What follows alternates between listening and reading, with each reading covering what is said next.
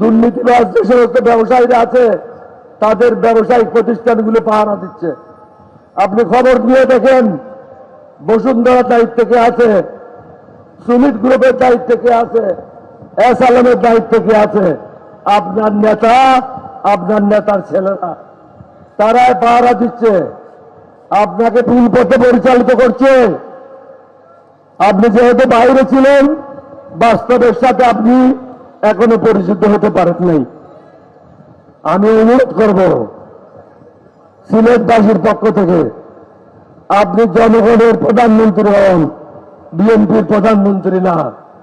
জনগণের প্রধানমন্ত্রী হতে হলে জনগণের আশা আকাঙ্ক্ষার প্রতিফলন ঘটাতে হবে। আমরা চাই জনগণের আশা আকাঙ্ক্ষার প্রতিফলন হোক, অন্যথায় আমাদের সম্মুখে অন্য কোনো রাস্তা না।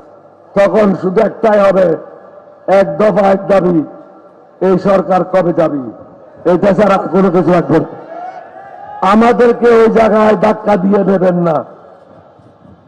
মেহরবানি করে জনগণের আশা আকাঙ্ক্ষার প্রতিফলন ঘটে যত দ্রুত সম্ভব আপনার কাজগুলি কন্ট্রাক্ট করেন এবং সংস্কারগুলি সুন্দরভাবে সংসদের মাধ্যমে পাশ করে দেন, তাহলে দেশে শান্তি ফিরে আসবে। শফিকুর রহমান সাহেব আর নাহিদ, অন্যান্য যারা আছে, তারা সবসময় একটা কথাই বলছে, আমরা সরকারকে সাহায্য করতে চাই। তারা তো এটা বলে নাই সরকার আমরা টেনে আসে নামাতে চাই।